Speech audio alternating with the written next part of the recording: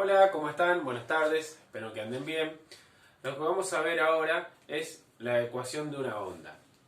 Ya habíamos visto el movimiento oscilatorio y vimos que con la misma ecuación que utilizamos para el movimiento oscilatorio podíamos representar, por ejemplo, el movimiento de una partícula del medio que está oscilando.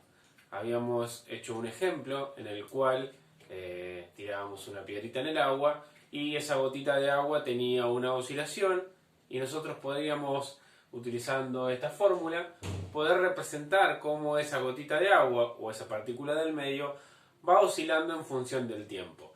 Lo que hacíamos es a nuestra fórmula darle valores al tiempo, conociendo la amplitud, conociendo el período, le dábamos valores al tiempo y obteníamos los valores que se separaban del equilibrio. Si yo le daba valores al tiempo, haciendo una tablita de valores, podíamos representar en los distintos instantes de tiempos las distintas elongaciones o distancias que se va separando del equilibrio aquella partícula del medio que está oscilando. ¿Sí? Bien, ahora aquí yo puse 2pi. Recuerden que 2pi lo que está representando es, si ustedes recuerdan que 2pi en radianes era igual a 360 grados, que representaba la vuelta completa. En el caso de una onda, 2pi lo que me representa es el ciclo completo. ¿Sí? Lo que hay que tener en cuenta en usar 2pi acá arriba o 360 es que en este caso la calculadora debo colocarla en radianes, y si uso 360 grados, bueno, la calculadora la dejo en grados comunes, ¿no? Bien. Ahora, ¿qué pasaría si yo estoy estudiando una partícula del medio, por ejemplo, una gotita de agua, que está oscilando en función del tiempo? Esta fórmula me va a decir en un tiempo determinado cuánto se separa del equilibrio. Ahora, ¿qué ocurriría si yo, por ejemplo, teniendo esta gotita de agua que realiza su movimiento oscilatorio, y yo quisiera saber, bueno, en el instante donde la gotita de agua se encuentra en esta posición, ¿dónde se encuentran las demás gotitas? Es decir, ¿dónde se encuentra o qué distancia separa del equilibrio? Por ejemplo, es una gotita que está separada a una cierta distancia de ella. ¿Sí? O en qué fase de su elongación o en qué fase de su movimiento oscilatorio se encuentra otra gotita que esté más alejada de ella, por ejemplo. ¿Sí? Es decir, ¿cómo calcular en qué fase de su movimiento oscilatorio van a estar las demás gotitas?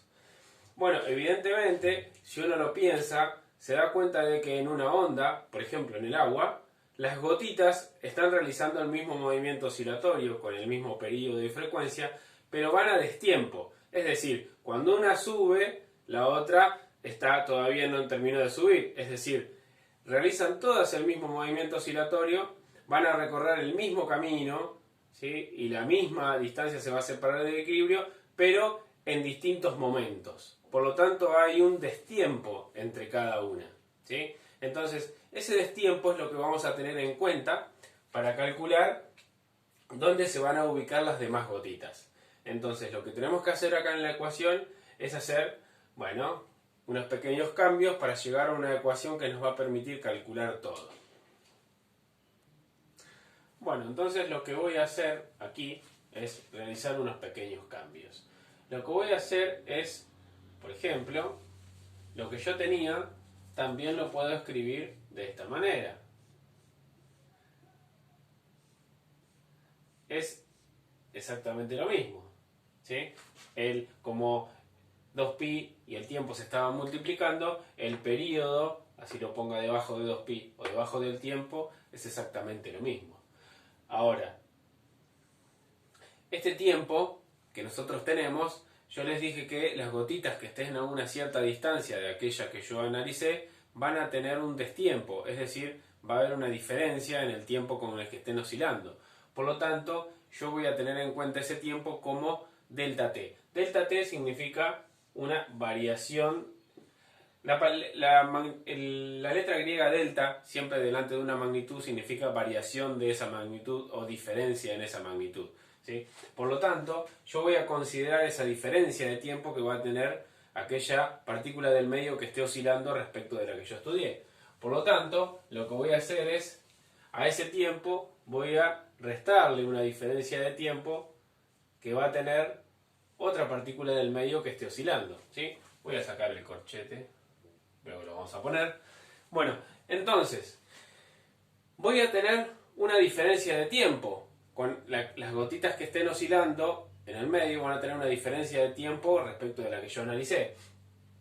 Si ustedes recuerdan, el tiempo es igual a la distancia sobre la velocidad. Si ustedes recuerdan del movimiento rectilíneo uniforme, la distancia la podíamos calcular haciendo velocidad por tiempo. Distancia es igual a velocidad por tiempo, ¿sí? Si yo digo voy a 100 km por hora durante 4 horas, ¿cuánto recorrí? Y 400 kilómetros, ¿sí? Bueno, entonces la distancia la calculo haciendo velocidad por tiempo. Por lo tanto, si yo despejo el tiempo, mi cambio de tiempo, mi intervalo de tiempo, lo voy a hacer, me va a quedar distancia sobre velocidad, ¿sí? Fíjense que la velocidad pasa dividiendo, me queda distancia sobre velocidad. Por lo tanto, puedo reemplazar aquí, donde dice delta t, y puedo poner distancia sobre velocidad, ¿sí? Bueno, es lo que voy a hacer. Pongo todo lo mismo, la misma fórmula, y aquí pongo tiempo menos distancia sobre velocidad sobre el periodo, ¿sí? Es lo mismo, en vez de poner delta t, puse distancia sobre velocidad. Ahora, como acá tengo una resta, el denominador lo puedo distribuir para los dos. Entonces, esto me va a quedar una cosa así.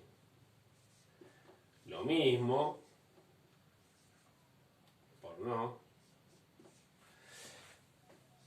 me va a quedar tiempo sobre periodo menos distancia sobre velocidad dividido periodo, ¿sí? Distribuir el denominador. Ahora bien, esto que yo tengo acá, distancia sobre velocidad dividido periodo, así medio como que no se nota mucho, pero fíjense que distancia sobre velocidad dividido periodo, ¿sí? Esto yo también lo puedo expresar cuando yo tengo que dividir fracciones, puedo dar vuelta y multiplicarlo, ¿sí? Por lo tanto, esto mismo yo lo puedo escribir haciendo distancia sobre velocidad por 1 sobre periodo, ¿sí? ¿Y qué me queda? Esto me va a quedar distancia sobre velocidad por periodo. O sea que esto que tengo acá también lo puedo expresar así. Distancia sobre velocidad por periodo. Lo voy a poner así. Distancia sobre velocidad por periodo, ¿sí? Bueno, hasta ahora estamos haciendo algunos trucos matemáticos. Bueno, si ustedes recuerdan, yo les dije que la velocidad de una onda, ¿sí? Hablando de ondas, la velocidad de una onda es igual a la longitud de onda por su frecuencia, ¿sí? También habíamos visto que la frecuencia es igual a 1 dividido el periodo, cuando vimos movimiento oscilatorio, ¿sí? Movimiento circular. Bueno, entonces aquí, en vez de poner frecuencia, puedo poner 1 dividido el periodo también, ¿sí? Porque esto me dice que es lo mismo. Entonces aquí voy a poner 1 dividido periodo, ¿sí?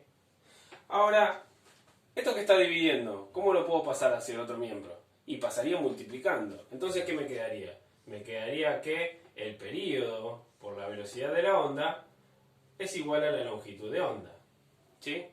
Entonces, si velocidad por periodo es igual a longitud de onda, acá que tengo velocidad por periodo, ¿qué podría poner? Y podría poner longitud de onda, ¿no es cierto? Es lo mismo. Bueno, entonces lo reemplazo. Entonces acá me va a quedar longitud de onda, ¿sí? Bueno, ¿qué me quedó de todo esto?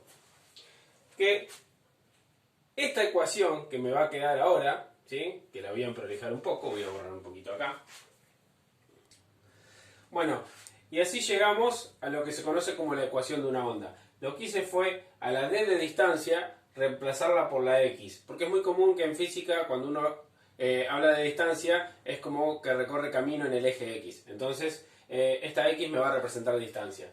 Esto va a ser la longitud de onda, la t mayúscula es periodo, t minúscula es tiempo, 2pi es el ciclo completo, la pulsación, podemos usar 360, y a es la amplitud. Y esto que me indica acá y debajo x de t, x y t, significa que una onda es una función de dos variables. Depende de la distancia, o sea, depende de la posición y también depende del tiempo. ¿Sí? Bueno, a simple vista parece que fuese japonés todo esto, pero bueno, ahora lo que vamos a hacer es realizar un ejercicio, que es el ejercicio 4 que tenemos en la tarea, y la vamos a probar y van a ver cómo es. Bueno, nos vemos en el próximo video.